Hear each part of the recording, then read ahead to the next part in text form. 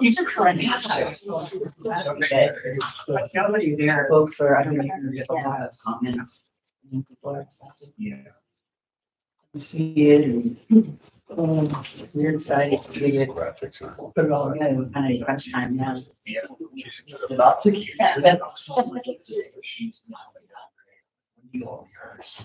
We rehearsed basically on Tuesday. One meeting. Oh, yeah. A week, so it's Tuesday. Didn't turn around. Yeah. So, but we started on September. And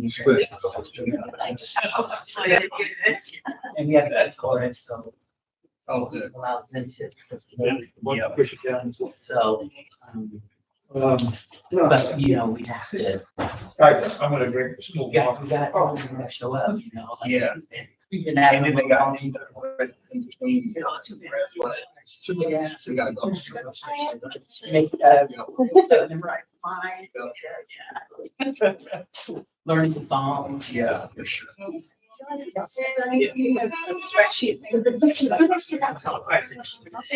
I have a little paper here. Let me grab you. Piece of paper.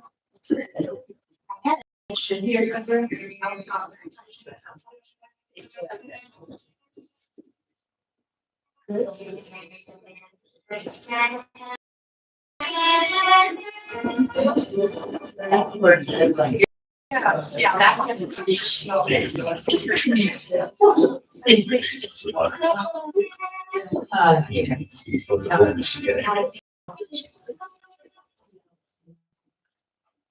No,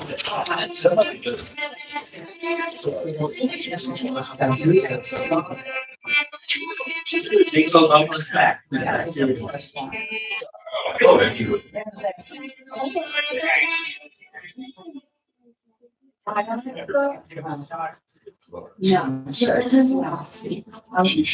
Oh, what is it?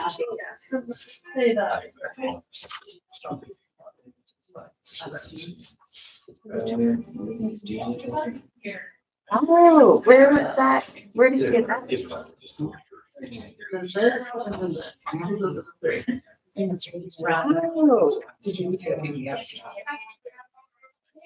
Okay, I'll text you the. Okay, yeah, no problem. Bye.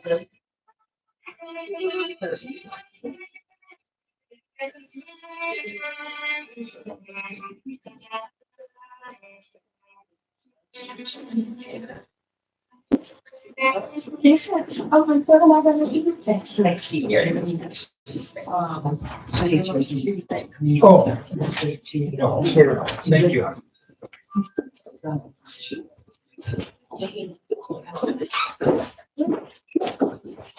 Hello. Hi.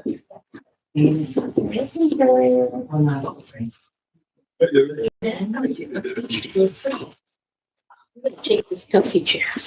Nice. I'm so far away from you all.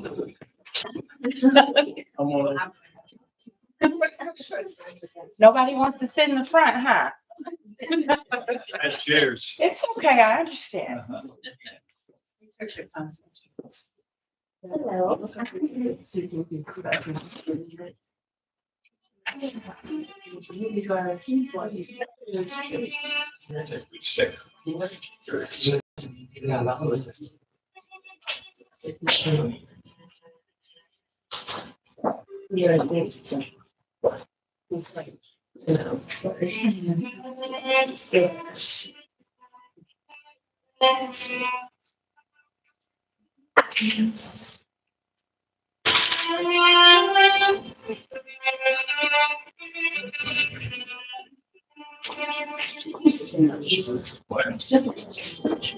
Yes, he does.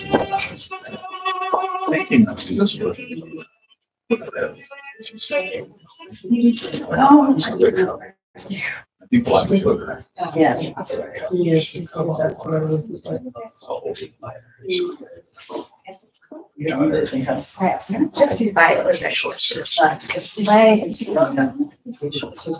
Yeah, it was great. And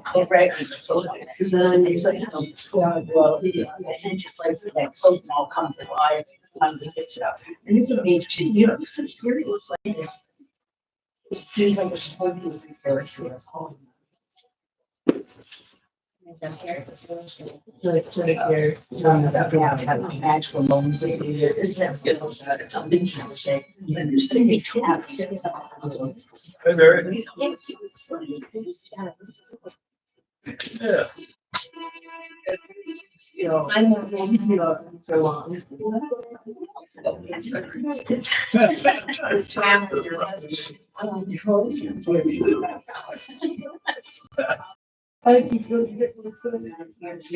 He was hilarious.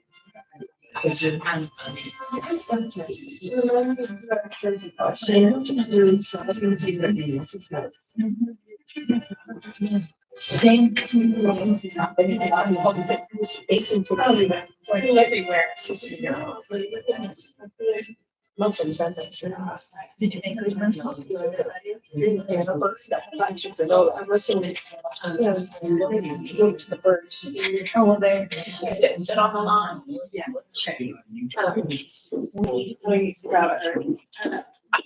No idea. It's just on the road. What do I do?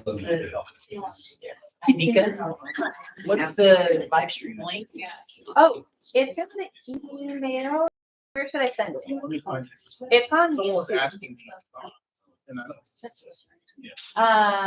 It's on It's on one of our YouTube, emails. it's on our Facebook page. I think I like that seat. Out there.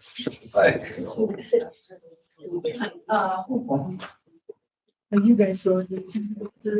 What's that? Are you? Yeah. I can copy the link to our Facebook page, so people have it. Very top, do well. Oh, I see.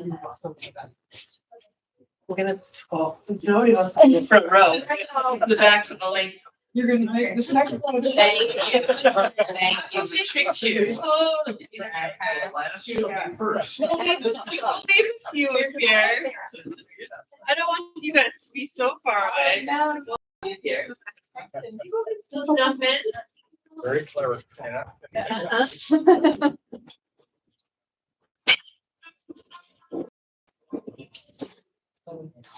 Well, that's okay. You're not for us, we wanted there, being something.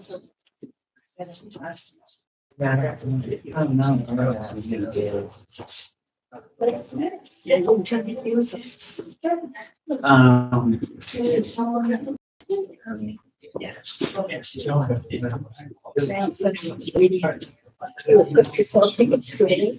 Yeah. Oh, you mean like a little. Good evening, everyone. Thank you. I know everyone in the audience. That's cool. I know everyone on the panel. And I want to thank Kristina Walker for coordinating this panel.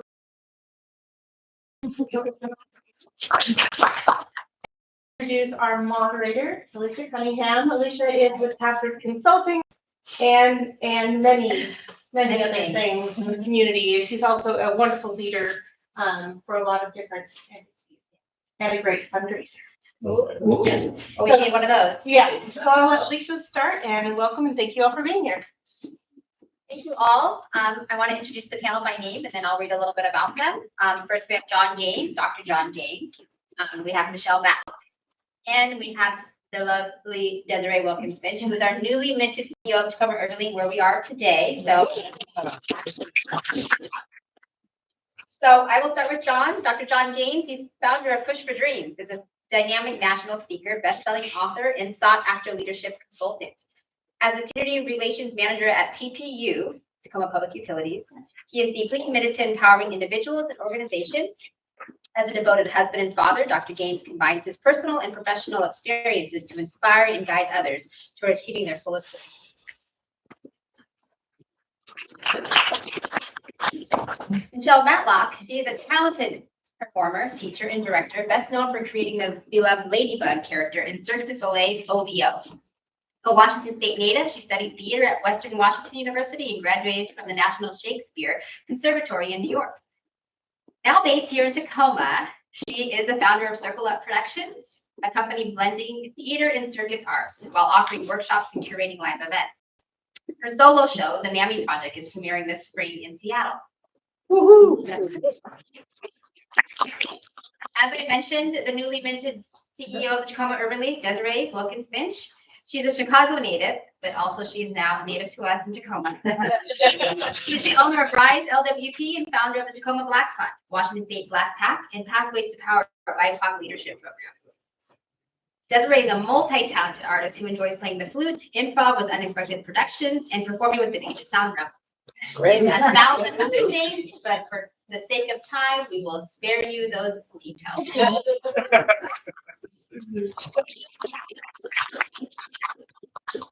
So the first question I have is for Michelle. Can you please tell us why you wrote this play, what it means to you, and what the viewers can expect when it premieres? Sure, thank you. So I first want to read a little description that I wrote about what we're doing so that when I ramble on, at least this information will get out there. So set in the heart of 19th century New York, the Midwinter Revels this year is inspired by the story of Seneca Village, a diverse community that existed for about 32 years, was founded by free and formerly enslaved African Americans, and was located on the land that we now know as Central Park. African Americans, Irish and German immigrants, and indigenous people come together to celebrate the winter solstice and Christmas, blending their cultural traditions in a joyful celebration of music, dance, and storytelling. Through moments of humor, warmth, and heartfelt exchanges, the characters reveal the beauty of a community where diversity is celebrated and everyone is welcomed. From the rhythms of hambone to gospel to traditional Irish dance and German lullabies, from tales passed down around the fire to the warmth of a shared cup of tea, the show will celebrate traditions from African American, Irish, German, and indigenous communities that make Seneca Village a place like no other.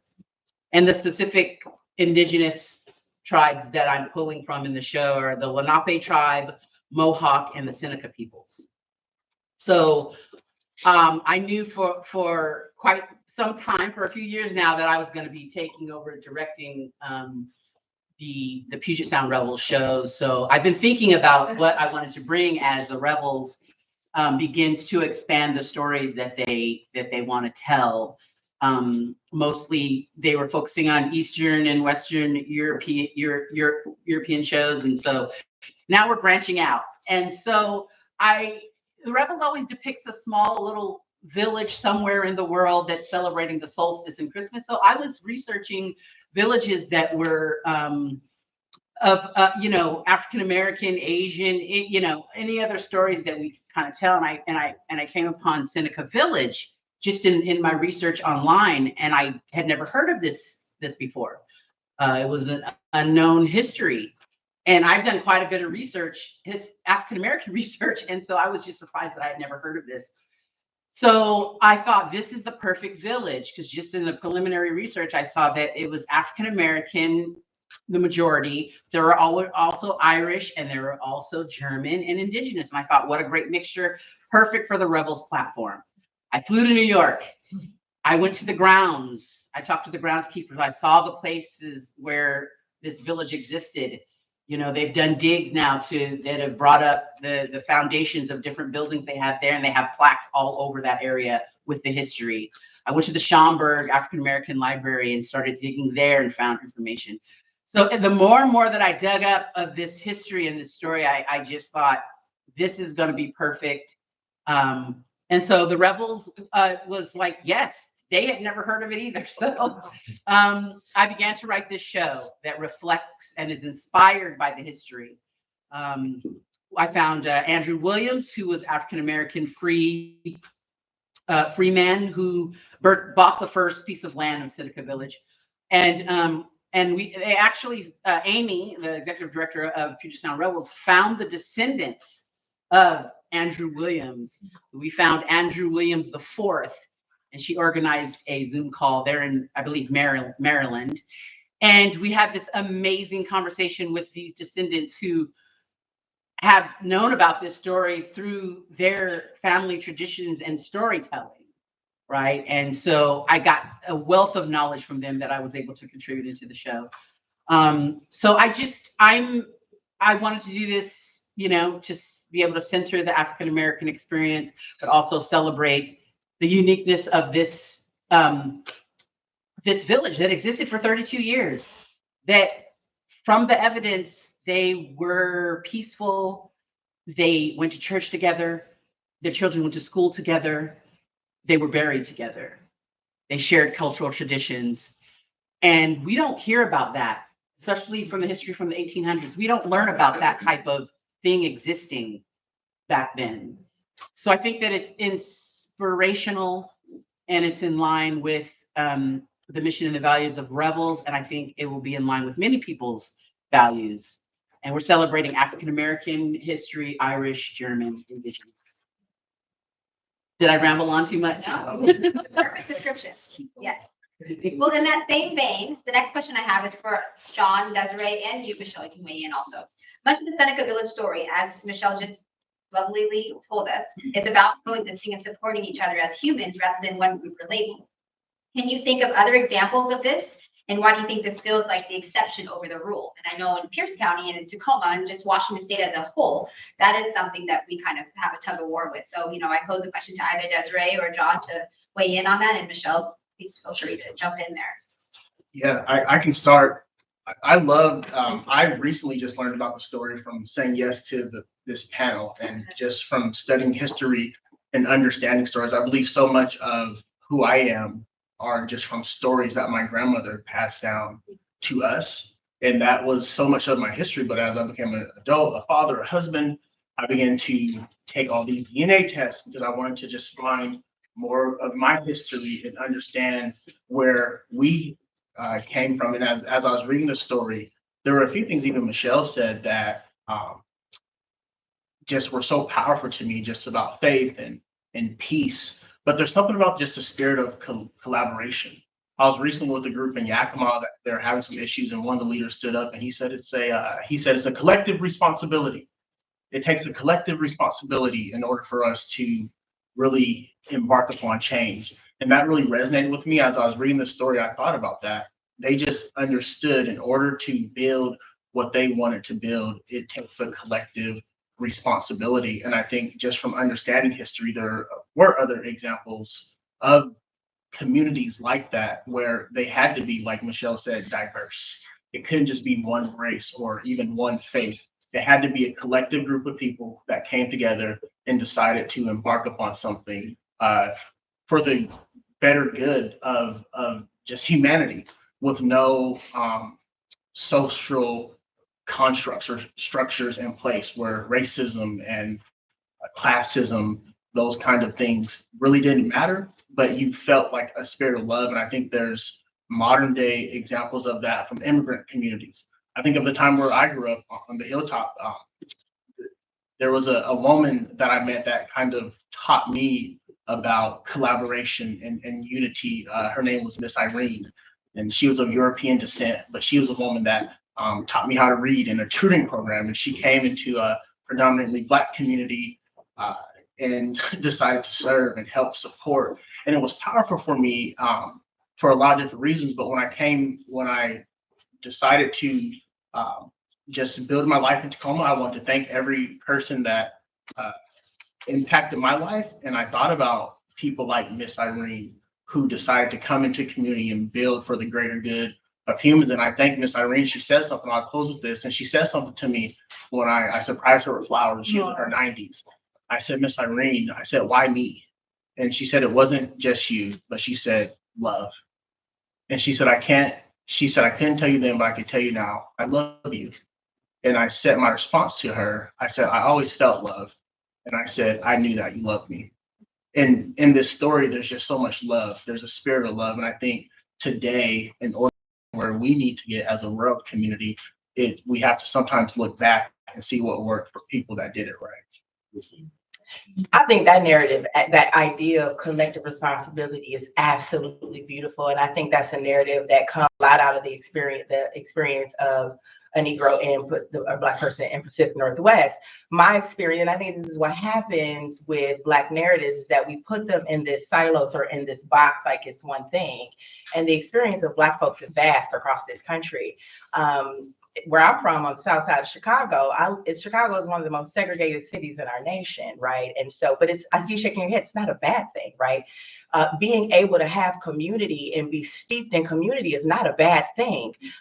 We've given it this narrative that segregation is awful, but sometimes people need to be in community. And I don't think that there's anything wrong with that. I was thinking about historically when these collective responsible communities happened, and it happened during the Reconstruction, it happened during the Great Migration, the Civil Rights Movement, the Underground Railroad. It was always tied in some kind of way to the suffering of Black people, right? It was tied to this idea of freedom, right? And so what is wrong? I'm not saying this is the idea, but what is wrong with the idea that liberation for Black people has to happen in community for us? It doesn't mean we have to always be segregated. It doesn't mean that we're not sharing a collective responsibility, but it means that sometimes community is necessary just for Black folks. Sometimes community is necessary just for Natives. And there's nothing wrong with that. And it's not, segregation is not what I'm suggesting. What I'm suggesting is learning how to support.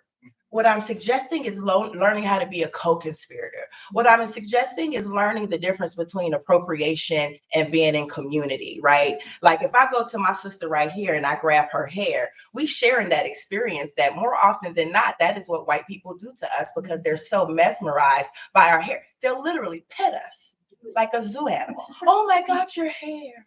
Oh, your skin.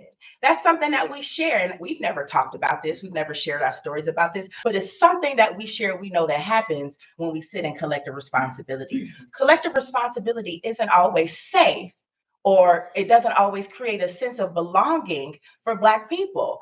And more often than not, we don't celebrate the boldness and the beauty and the vibrancy of being in Black spaces. You know why? Because we're scared about how white folks are going to handle it. Is it going to make you feel safe?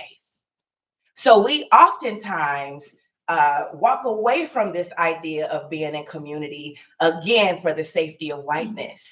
And even the idea of Blackness is founded in a white supremacist construct.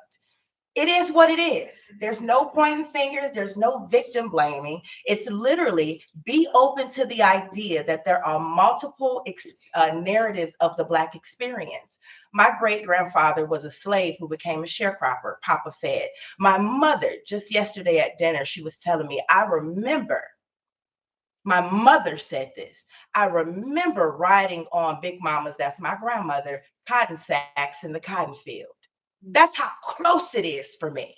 And so when I come to the Pacific Northwest and I hear these stories of liberation and Black people sitting in financial wealth and owning property for generations, that is not my story of Blackness.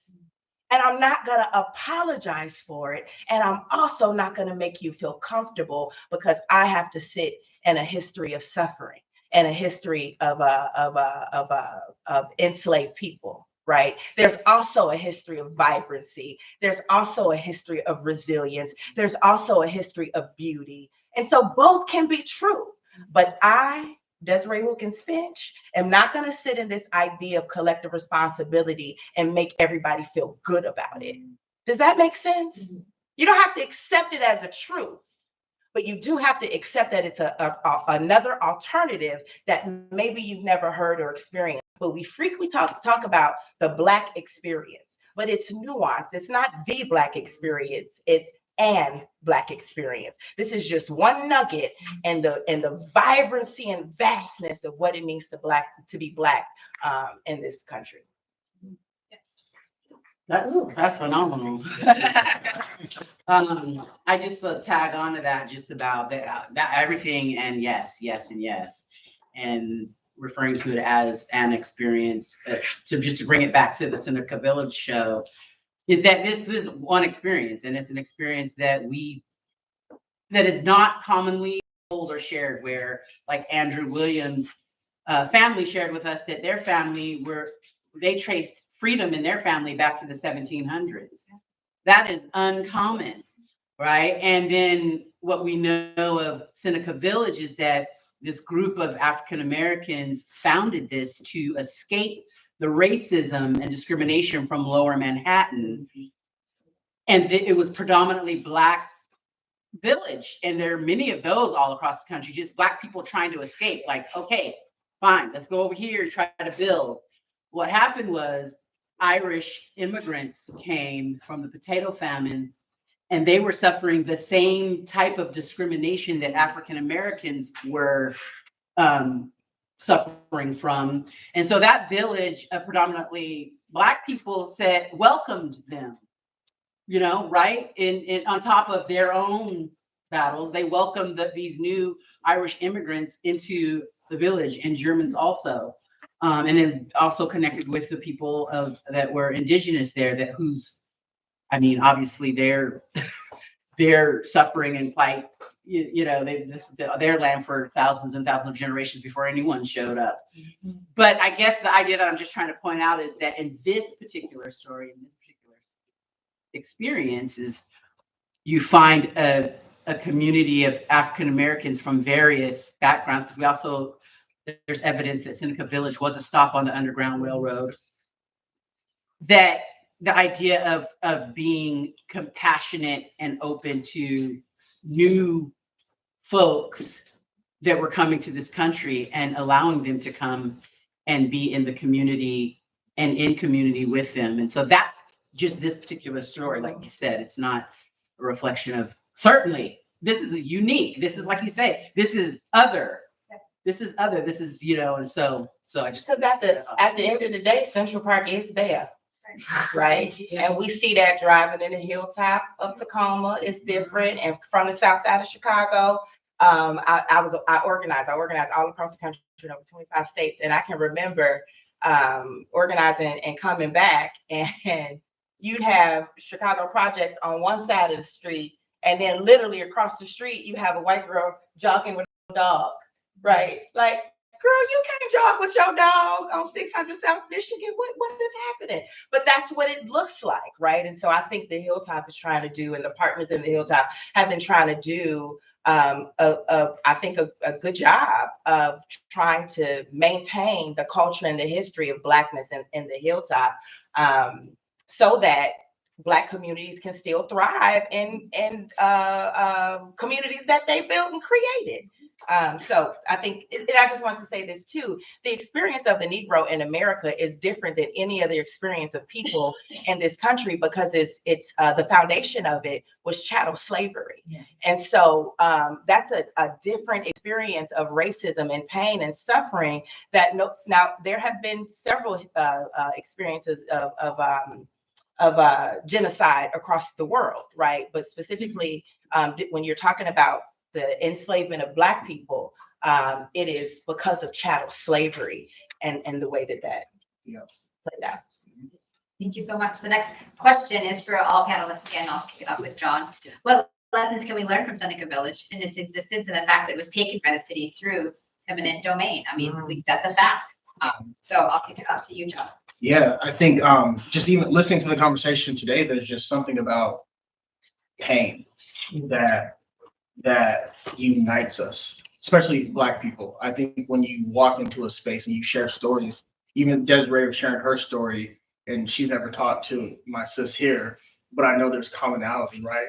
And I can share some things from the Black experience that will make sense to every Black person in this space, just about working in Tacoma and working in government and trying to be, but still being true to yourself. And so today, looking at the Hilltop, I was with my brother recently. We purchased together one of our childhood homes because we felt like so much history, although they're doing a decent job of trying to restore history and keep culture, we walked through the Hilltop and we just felt the spirit of like stories and unities was gone. And and it hurt.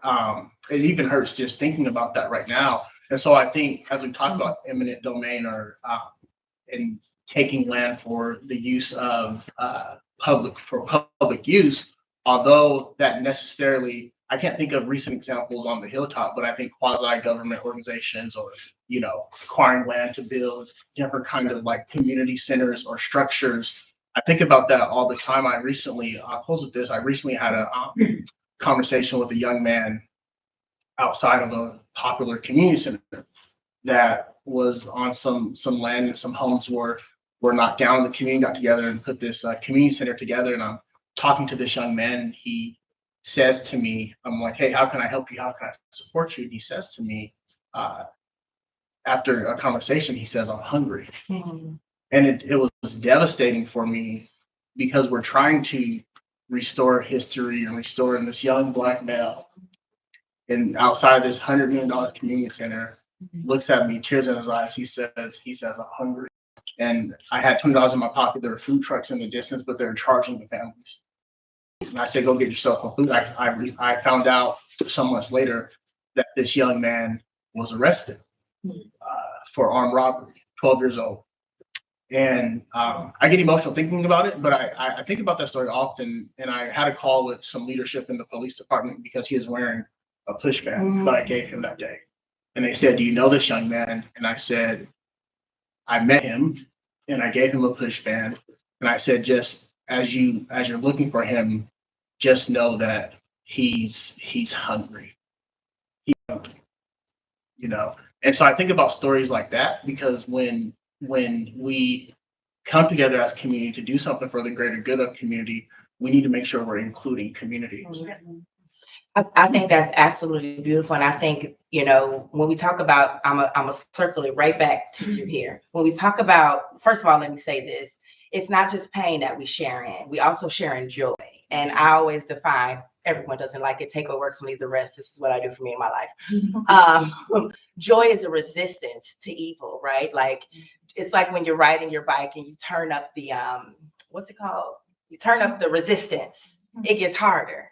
Right? You're pushing a little bit more, you're sweating a little bit, and it sucks in the moment. You absolutely hate it in the moment. But when you put on that dress, yes, Lord, right?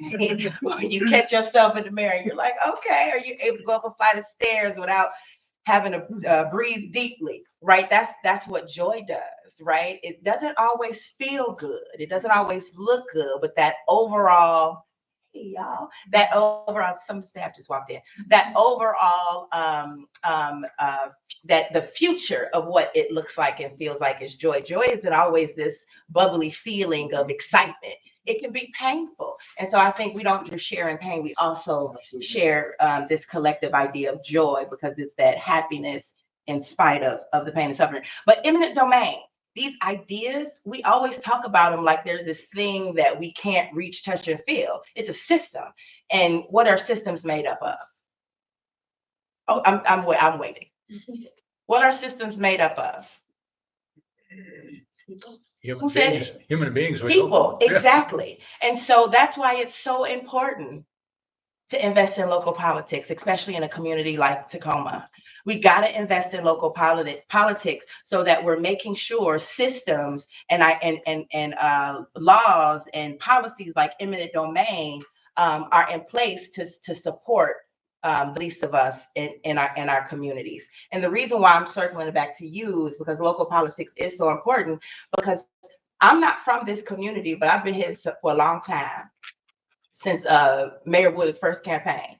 And what I learned about was an organization called Northwest Leadership Foundation. I was talking to a leader in the community the other day about, I guess, it was like a weekend where there were like 2 or 3 murders.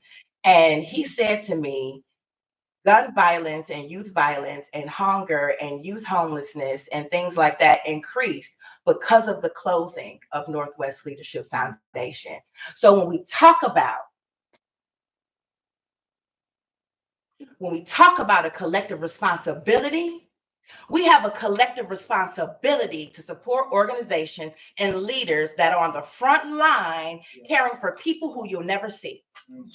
People who I'm talking about, y'all all right? I'm talking about white folks, right?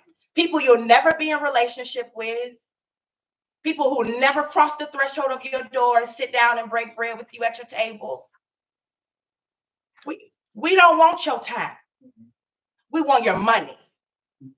We want cash money in our hands so we can care for our community. Because see, we've made it. People will look at us and say that we've made it. And people like us, we feel an obligation as we sit in our positions of privilege. We believe in the obligation to care for our people because we don't trust that you will. So the least you can do is invest in organizations like PUSH, invest in organizations like the Tacoma Urban League, like the Tacoma Black Fund, and put it in the chat. If you got an organization that needs support, put it in the chat. Community aunties. You can go to the Tacoma Black Fund and see all of the businesses, the Tacoma Boxing Club, OBK Winery. If it's Black, invest. Whew, amen.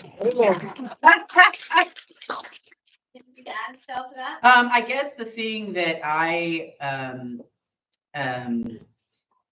wanted to talk about in terms of, I guess, that to take away from this show, if there's anything, is just resilience. You know, the idea of eminent domain. Black people have built, white people have destroyed, Black people have rebuilt, white people destroyed, Black people rebuild, destroy. We all through history. That's just, I guess I've just become numb to that part of it. And I'm looking for that joy and that hope where when I talk to the Andrews, the descendants of Andrew, and they confirm from me that this is not a sad story.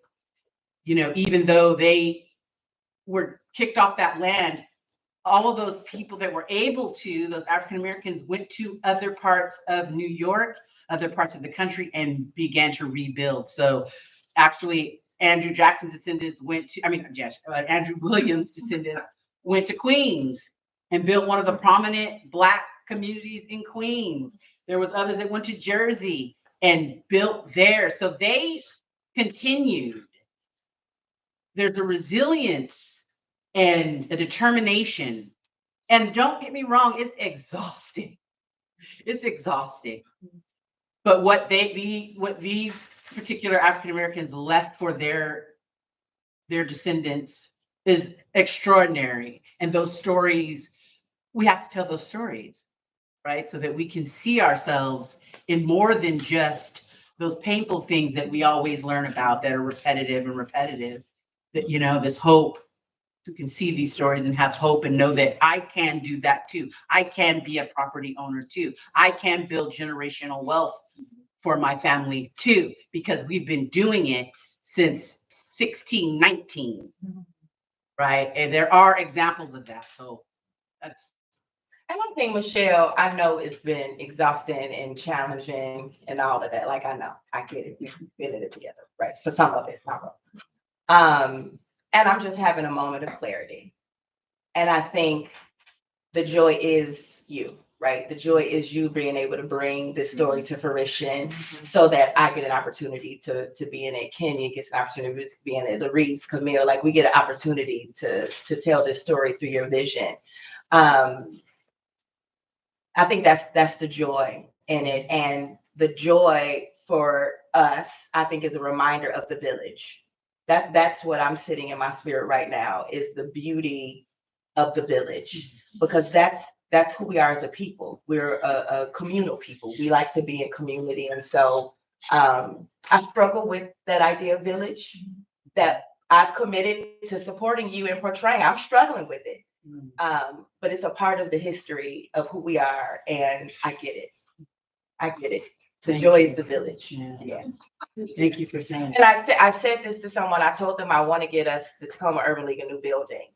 And he was like, how are you going to handle the people who are tied to the legacy?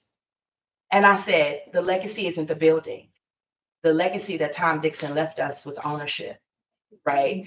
And so that's what I'm feeling from this story. The legacy isn't the fact that we were able to have the property, right? It sucks, right? But the legacy is village. The legacy is resilience. The legacy is community. We just have to figure out belonging and safety for us as we navigate through that. Yeah. Well, my next question is for you, Desiree. You she kind of answered a lot of this question, but now that you are here, not the south side of Chicago, you are a leader of Tacoma and Pierce County. Always shut down. You're here. So you've answered this question mostly already, but I'm sure there's more to add to it. So what do you see as things that we're doing that resemble the themes of Seneca Village? You hit on that a little bit. And then what can we do better? You've also hit on that. So elaborate a little bit more on your thoughts on that. Yeah, I think, the Pacific Northwest experience for me is that idea of village. I remember one of the first times I knocked doors in here, I knocked one door and that person was Slav. They were from Russia of some sort. I knocked another door and they were white. I knocked another door and they were from Nigeria. Another door, and I was just like, oh my God. Like it was almost like a culture shock. So I think that's beautiful, right? I think that idea of collective responsibility, I love that. I'm going to steal that and use it. We have a collective responsibility. Right? But I think also the thing that we have to do better is understand that the experience of Blackness in this country is vast.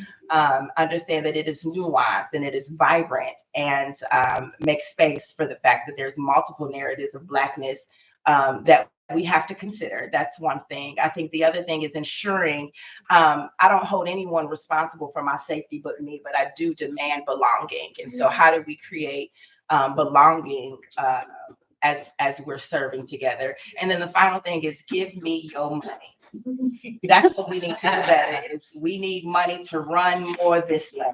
We need cash money. And I'm not ashamed to say it. There used to be a time when I would be scared to say it again because I was holding the safety of whiteness, right?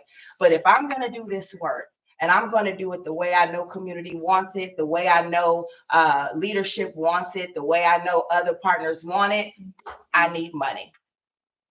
And I'm going to speak for other organizations that serve communities of color in this community. We need money. I remember, and then I'll be done.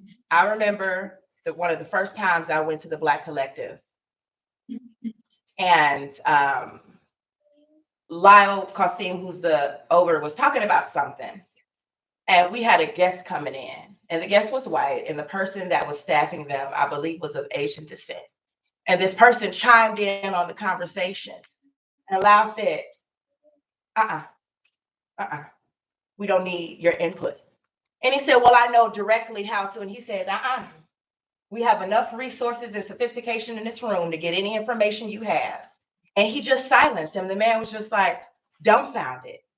And I think about that moment so often doing leadership in this work. How often I want to silence whiteness. How often I just want to say, just give me your money. Why do I have to sit here and pretend this game to make you feel comfortable and make you feel safe? Why are we doing this? I know you don't care too much about me. I know you don't care too much about my people. And that's not always, let me say this before people come after me. I'm not saying that is the experience with all white people everywhere in the world. That is not what I'm saying. I'm saying more often than not, that's what happens. If you have access to wealth and comfort, I strongly suggest for you to find an organization and donate or sponsor them today. But I'd love for John, because he's in this work too. Yeah. That's, my grandmother, I found this out from my uncle. I spoke in Little Rock, Arkansas, like a year and a half ago. And then I spoke in New Jersey a year ago. And in both instances, I found people with the same last name. I'm like, are they connected? So I called my uncle, and he tells me that we have a lot of family in Little Rock, Arkansas, but we have a lot of family in Jersey. And I didn't know this, but my grandmother had a produce store on the Hilltop. Black produce, right? I don't think there's one that exists today. I don't know. If I know, please help me out. But he said because of the lack of, I think people wanted to come in and partner, but they wanted ownership. And when we talk about like legacy and ownership is the legacy, right? Legacy is not what you leave for people. Legacy is what you leave in people. But because my grandmother, because people wanted ownership and really didn't want to just sow into her business, she lost it. Well, let me rephrase that. She lost the building, Yeah. but that spirit still lives on in me, my siblings, and she started planting collard greens in her backyard and was selling off her trunk. And she became known as like the green lady. And my uncle's telling me this, I'm like, that's so powerful. But I think about that story and it breaks my heart because I'm like, what if we would have just had people and organizations that said we want to give with no strings attached? We want to support this with no. Think of how different the Hilltop will look today. If this like we struggle with like food insecurity, like East Side, for example, where they don't have a grocery store. Think of like a thriving woman that moved from Little Rock, Arkansas, right? Built this produce and grocery store. Think of if she would have had that with no strings attached. Think of how different the Hilltop, and that's just my story, my history. And so I'm a firm believer in investing with no strings attached, giving with no. I was talking to someone on the way here on the phone, and he's panicking because he's about to. I said, you need to go down to the Urban League. I said, I don't know what kind of resources they have, but I know information sometimes is our greatest resource, and they can. And this is just literally 30 minutes ago, because he's like, everybody wants these things from me. We've been doing this work. I'm like, brother, calm down. Okay. Calm down. Go down. Do you know Desiree? No. Well, you're going to get to know her. Sometime go down to the Urban League tomorrow. So I think these stories are still happening in real time for us, where people in our community are feeling pressed because it's like we have all these funds, but then there's so many barriers that come with restrictions. Like I learned how to sprint, but I never learned how to jump hurdles and sprint. I just want to run. I just want to run my race, right? And so yeah. Yep. And the Tacoma Black Fund raised $50,000 in 1 year and gave out $50,000. We gave out 4 $10,000 gifts to Black visionaries that directly want to benefit. You remember, you were one of the first people who gave. We've given to businesses, visionaries, nonprofits, and I'm just so excited to have support these amazing programs in Tacoma that directly benefit Black people. And the candidates, the Black candidates that you identified, that you gave in the political side. Yep. That's also important. So this next question is to you. I just wanted to tag Rob here because I'm coming from, I'm in the theater. I'm not a politician. And so my way of changing the world is through stories and through finding untold stories and changing the world through theater, storytelling and all of that. And so I just want to put out there that this is just a unique new thing, especially for the Puget Sound Revels as they try to expand. And so for people, especially people of color that may come see this, I hope that you can understand that this is the first, right? And we hope to expand this and build upon stories and have more people of color.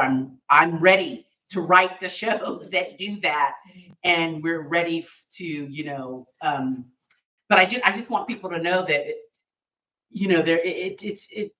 it's not perfect. Nothing is perfect in its first time, and that we're learning a lot, and we're, so I'm a little bit rambling on, but it's important to support theater also that's making moves. They're not just talking about it. Another thing I love about the Revels is that they're not just talking about it, they're actually making moves. And it's really hard. It's really hard. And so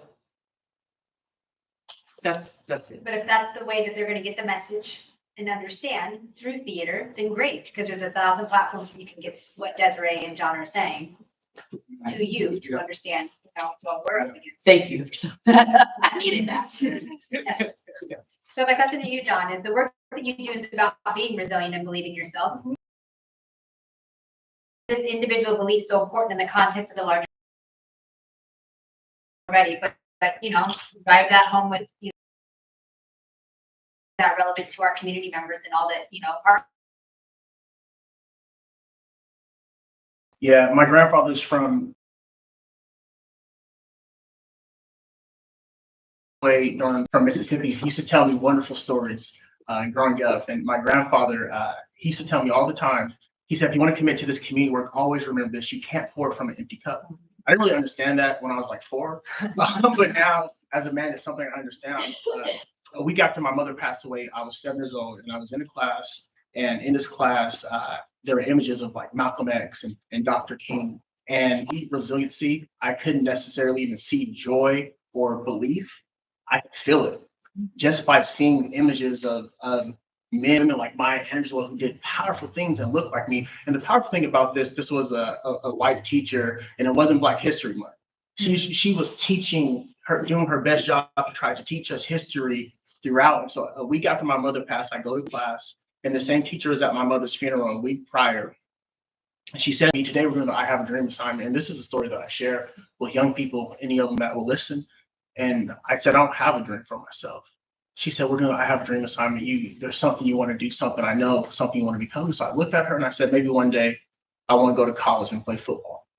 But she looked at me and she said, I know you're more than an athlete. You're created to do more. And so I said, I don't know, but I remember looking up at this image of Dr. King, and there was something about that image.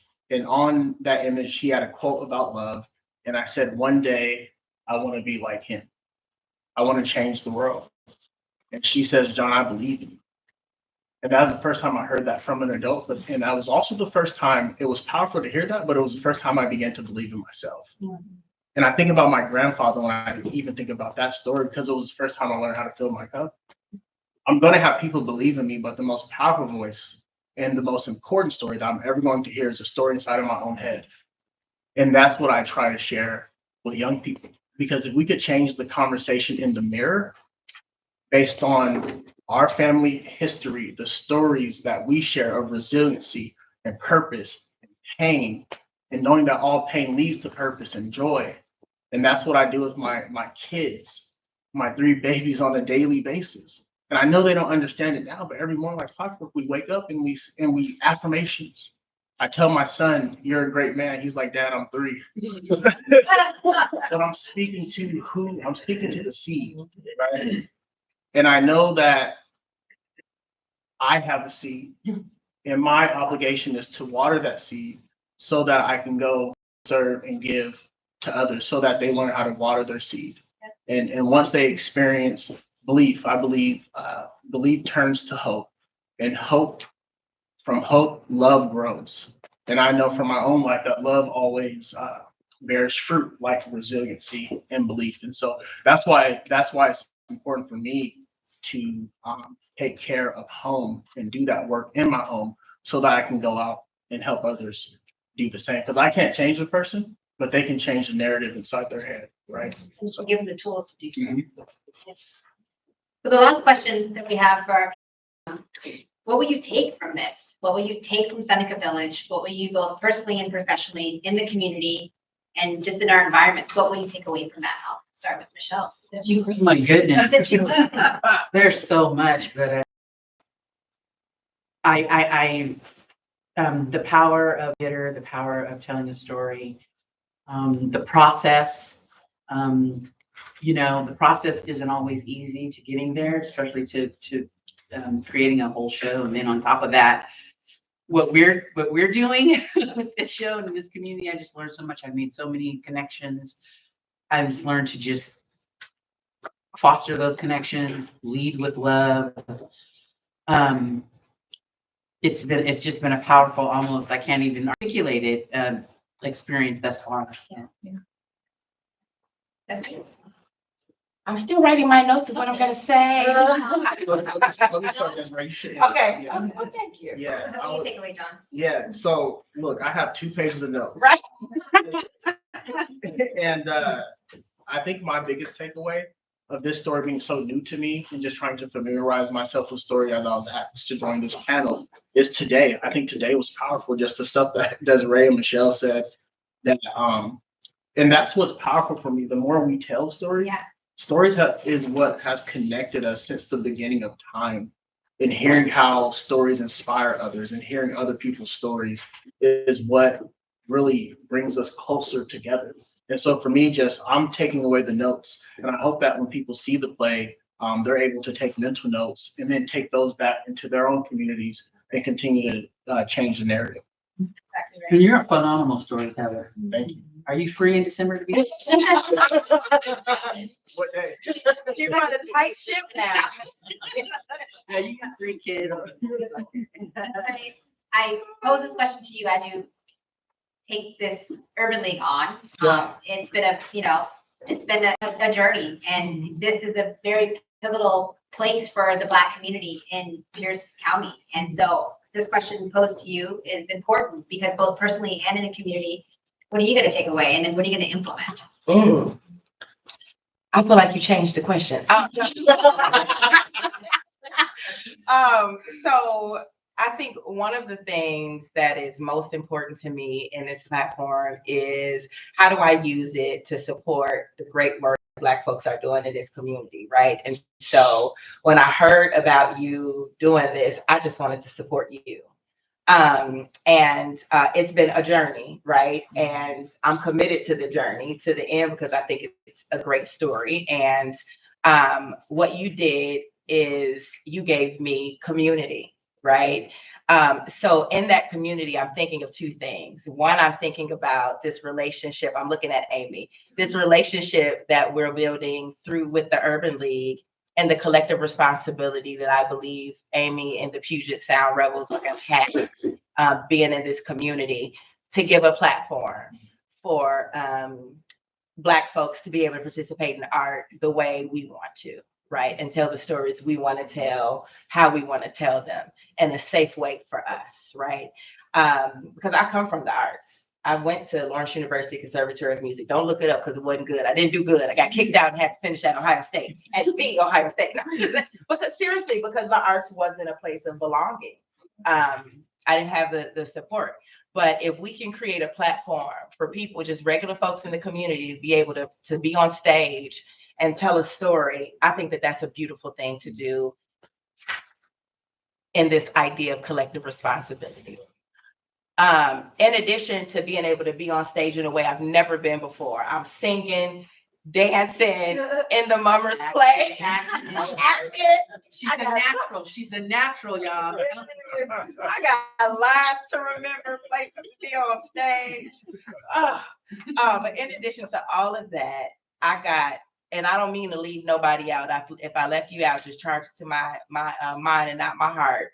But I got to know Camille, Larice, Sylvia, and Kenya. And these are other Black women out in this play together. And I'm still building a relationship with you all. I'm still getting to know you, but I'm excited. I'm looking at Kenya. I'm excited to know you. I'm excited to be in relationship with you. I'm excited to open up my network with you and to support the initiatives and things you're doing, not just for Black folks in this community, for that, but also for kids and the work that you're doing.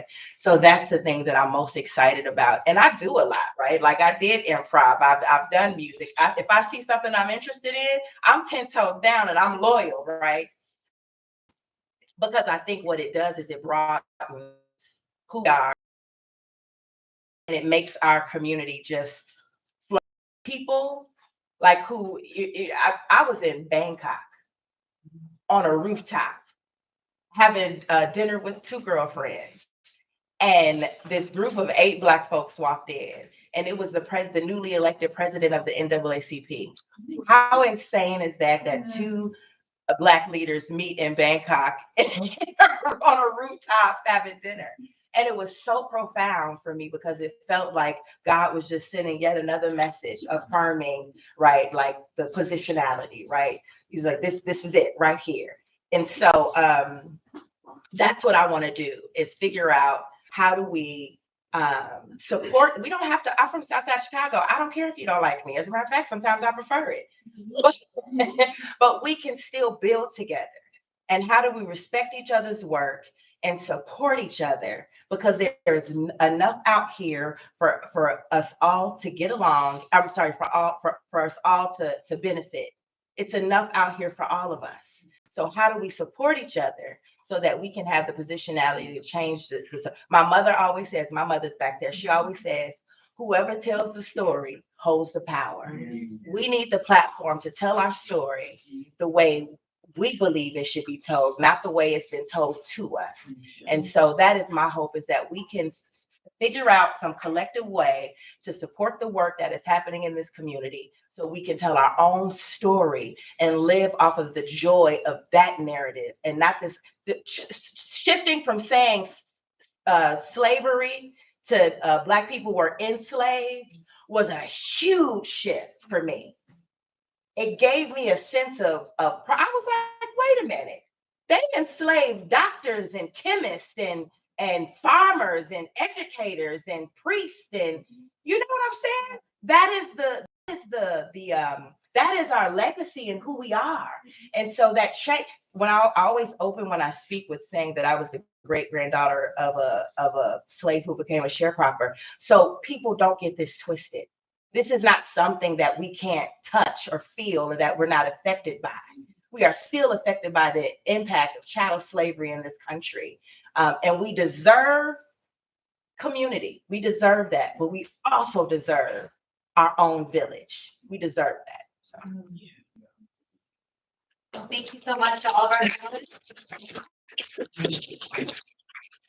Let's have a few minutes that we can open up for Q&A. If there's anything that wasn't asked that you want to ask, or any thought-provoking theories or questions that have come up since you've heard from all of our panelists that you might want to ask, or statements. Yeah, I'd like to share something, because you clarified something for me that it's just, there's always cognitive dissonance around it. I have a cousin who says that plan was snake bit from the get-go. And this idea that chattel slaves go, and then it just poisons everything. And segregation is a thing that we've been fighting against, right? That we know it was wrong and whatever. And the cognitive dissonance is, yes, segregation when you are forced to live here because there's red lines in the community and say these people have to live here and there are going to be fewer services and all that goes along with it. That is not a good thing. But being able to say, but we get to have community. Like, don't bust in here and say, okay, you know, there are no Black spaces, because we hate that there were forced Black spaces. And the clarity there, what you've given me is this clarity that's hard to find in all this. Yeah. So I so appreciate your voice. Thank you. Everything you guys have said. Thank you. And my hope is to learn, what does that clarity mean for our community? Yeah. Like, how do you shift that clarity into action? Yeah. Any other Thank you. questions or comments? Yeah. I was wondering something quite different from what you talked about. I'm looking at the map there. There appear to be 38 plots, or resident plots plus farms and stuff like that. So has anybody studied that? I haven't been able to look this up and see it closely. Does that mean there were 38 houses? You know, let's guess 5 people or more each. I'm trying to figure out the population. Yeah, the population, I've done some work with that. Yeah. The population, 250 people altogether. Yeah. And yeah, those were plots of land, and they had, many of them had built 2-story homes on them. We know that Andrew keep on saying that, Andrew Williams had a 2-story home built from wood that Patrick Rogers, who was an Irishman, they were best friends, found that wood and helped build his house. There were other houses. There were churches built on those grounds. There were schools. There were 2 elementary schools in Seneca Village, and they were land that had there were community gardens. There were community gardens on some of those plots. The one on the upper right there has there's like 8 plots there, and there's somebody's name written across it. Does that mean there was one big landlord for those 8 things? There might have been one big person. So another thing that I might mention about the plots of land that were sold in Seneca Village were that many Black people bought the land because there was a new law that had just come about in New York that if you own, no matter what color you were, if you earned $250 worth of land, you could vote. Yeah. Right. So a lot of African Americans bought land in Seneca Village, but didn't live in Seneca Village. They bought land so they could vote. But then there were many, like Andrew Williams and Right. Epiphany Davis and the Albros and that did do that. And the church, there were like 2 or 3 churches in Seneca Village. And so that's part of that history too, is that African Americans were buying land so that they could vote because they knew that was where their power was to be able to vote. Any other questions or comments? Okay, well, let's give it up for Dr. John Gaines.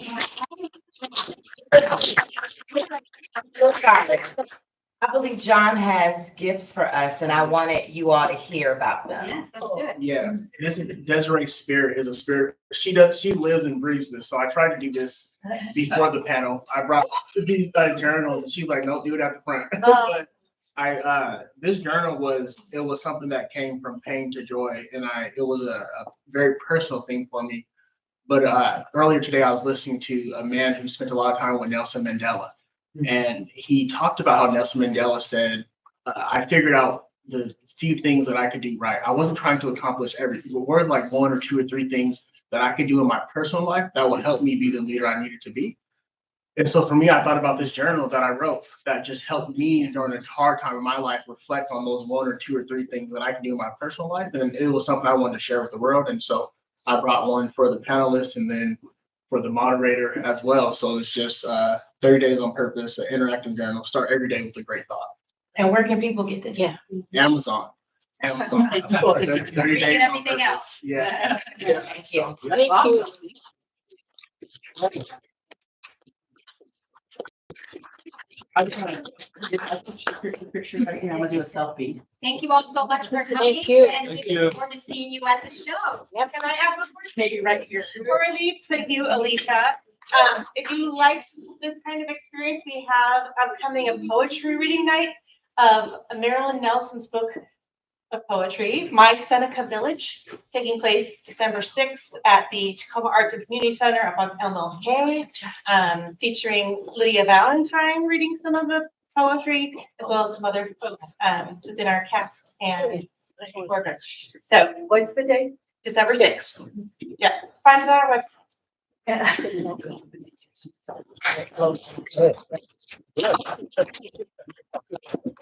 Okay, now for me. Okay. With the book? Yes.